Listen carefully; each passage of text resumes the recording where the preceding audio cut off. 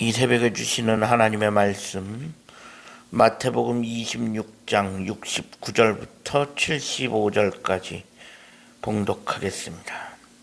베드로가 바깥들에 앉았더니 한 여종이 나와 이르되 너도 갈릴리 사람 예수와 함께 있었도다 하거늘 베드로가 모든 사람 앞에서 부인하여 이르되 나는 네가 무슨 말을 하는지 알지 못하겠노라 하며 앞문까지 나아가니 다른 여종이 그를 보고 거기 있는 사람에게 말하되 이 사람은 나사렛 예수와 함께 있었도다 하며 베드로가 맹세하고 또 부인하여 이르되 나는 그 사람을 알지 못하노라 하더라. 조금 후에 곁에 섰던 사람이 나와 베드로에게 이르되 너도 진실로 그 도당이라 내 말소리가 너를 표명한다 하거늘 그가 저주하며 맹세하여 이르되 나는 그 사람을 알지 못하노라 하니 곧 닭이 울더라. 이에 베드로가 예수의 말씀에 닭 울기 전에 네가 3번 나를 부인하리라 하심이 생각나서 밖에 나가서 심히 통곡하니라. 아멘. 오늘도 새로운 하루를 허락하신 하나님께 감사합니다. 오늘은 주의 날 월요일입니다. 오늘 본문은 베드로가 예수님을 3번 부인하는 장면입니다. 베드로는 예수님의 12제자 중에 그 누구보다 예수님을 사랑했던 제자였고 그 누구보다 충실하게 예수님 곁에서 예수님의 사역을 도왔던 사람이었습니다.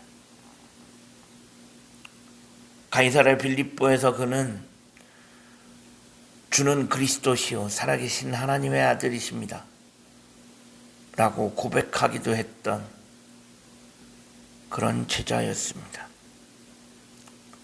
물론 베드로도 다른 제자들과 같이 요즘 말로 말하면 출세 욕심에 눈이 멀어 자리 다툼을 하기도 했지만 그래도 시간이 가면서 베드로는 조금씩 자기 자리를 찾아가고 있었습니다. 예수님이 원하시는 그런 모습으로 돌아가고 있었습니다.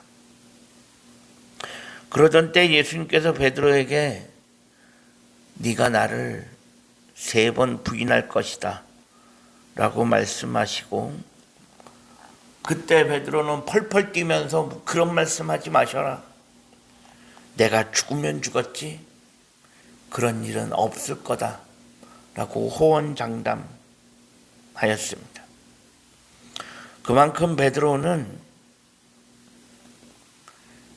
예수님에 대한 자신의 마음이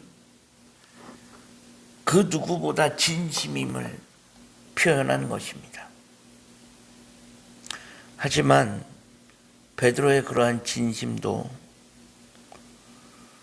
두려운 현실 앞에서는 처참하게 무너지고 맙니다. 예수님께서 잡혀가시던 모습을 베드로는 먼 발치에서 지켜보고 있었습니다. 그때 한 여종이 베드로에게 너도 갈릴리 사람 예수와 함께 있지 않았냐? 라고 묻자 베드로는 부인합니다. 나는 네가 무슨 말을 하는지 도저히 모르겠다. 그러자 잠시 후에 또 다른 사람이 묻습니다. 너도 나사렛 예수와 함께 있지 않았냐? 그때는 오늘 본문에 보면 베드로가 맹세하여 이야기했다라는 것입니다. 맹세하여 이야기한다라는 건 이 말이 틀리면 내 말이 틀리면 목숨 내놓겠다라는 그런 의미이기도 합니다.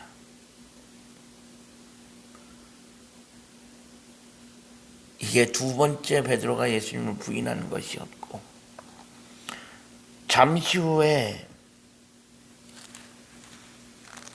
어떤 사람이 베드로에게 또 이야기합니다.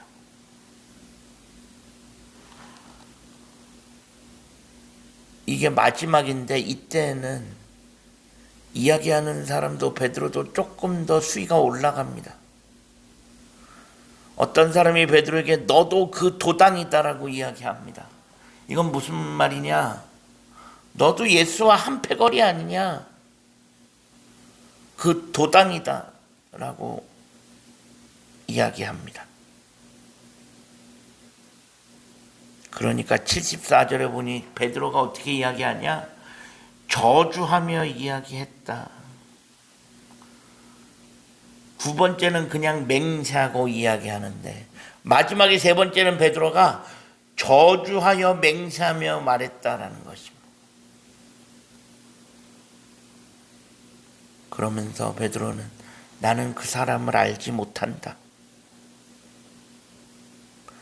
그렇게 베드로가 3번 예수님을 부인합니다. 그러자 마침 닭이 웁니다. 베드로는 닭이 우는 소리를 들으면서 문득 예수님께서 자신에게 하셨던 그 말씀이 생각났습니다. 닭이 울기 전에 네가 나를 3번 부인할 거다 라고 했던 그 예수님의 말씀, 그 말씀이 생각나지 않다가 닭이 우는 소리가 들림과 동시에 그 말씀이 생각난 것입니다. 그러면서 베드로는 밖에 나가서 통곡했다라고 되어 있습니다. 베드로는 왜 통곡했을까? 가장 큰 것은 자신에 대한 원망이었을 것입니다. 그렇게 예수님께 호언장담했던 자신, 절대 그런 일은 없을 거다라고 호언장담했던 자신, 그런 자기 자신이 원망스러웠을 것입니다.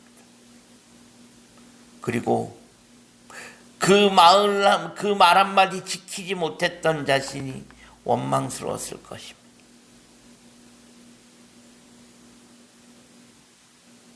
하지만 사실 그것은 쉬운 일이 아니었습니다. 왜? 베드로는 3번씩 예수님을 부인하면서 베드로는 자신의 생명을 지키고 싶었습니다. 베드로가 그렇게 예수님을 3번 부인한 이유는 단 한 가지입니다. 자신의 생명이 위태로웠기 때문에.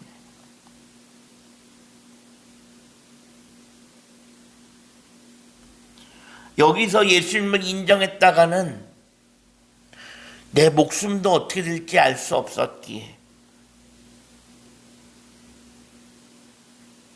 그 생명을 지키려고 하는 그 본능이,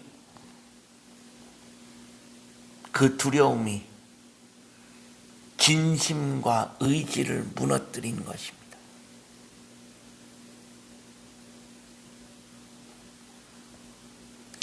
우리는 이 장면에서 내 힘과 내 의지로 내 마음을 지켜나가는 것이 얼마나 힘든 것인지 다시 한번 깨닫게 됩니다. 사람이 자기 마음 하나 지키는 것이 그렇게 쉬운 일은 아니다라는 것입니다. 그래서 잠언에 보면 이런 말씀이 있습니다. 모든 지킬 만한 것 중에 더욱 내 마음을 지켜라. 생명의 근원이 이에서 남이니라. 지킬 만한 것 중에 마음을 지켜라. 생명의 근원이 거기에 있다.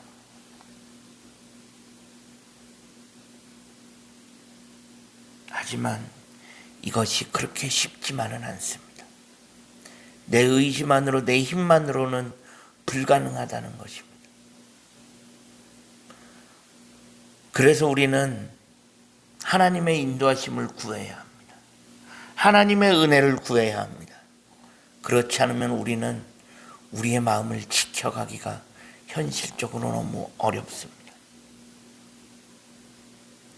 베드로도 마찬가지였습니다. 그는 지킬 수 있을 것이라 믿었습니다. 하지만 그 두려움 앞에서 결국 그는 자신의 마음 지키지 못했습니다. 우리도 마찬가지입니다. 내 마음 지킬 수 있을 것 같지만 내 힘과 내 의지만으로는 어렵습니다.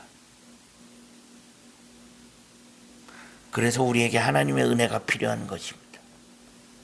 우리가 사순절을 살아가면서 주님을 향한 내 마음을 지켜갈 수 있기를 소원하고, 그 마음을 지켜가기에 하나님, 나에게는 그 주님의 은혜가 필요합니다.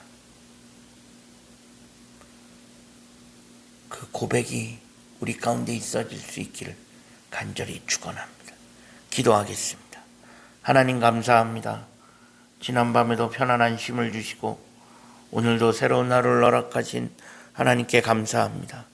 오늘 하루의 삶을 하나님 인도하시고 무릇 지킬 만한 것 중에 내 마음을 지켜라라고 말씀하신 그 말씀을 기억하며 이 사순절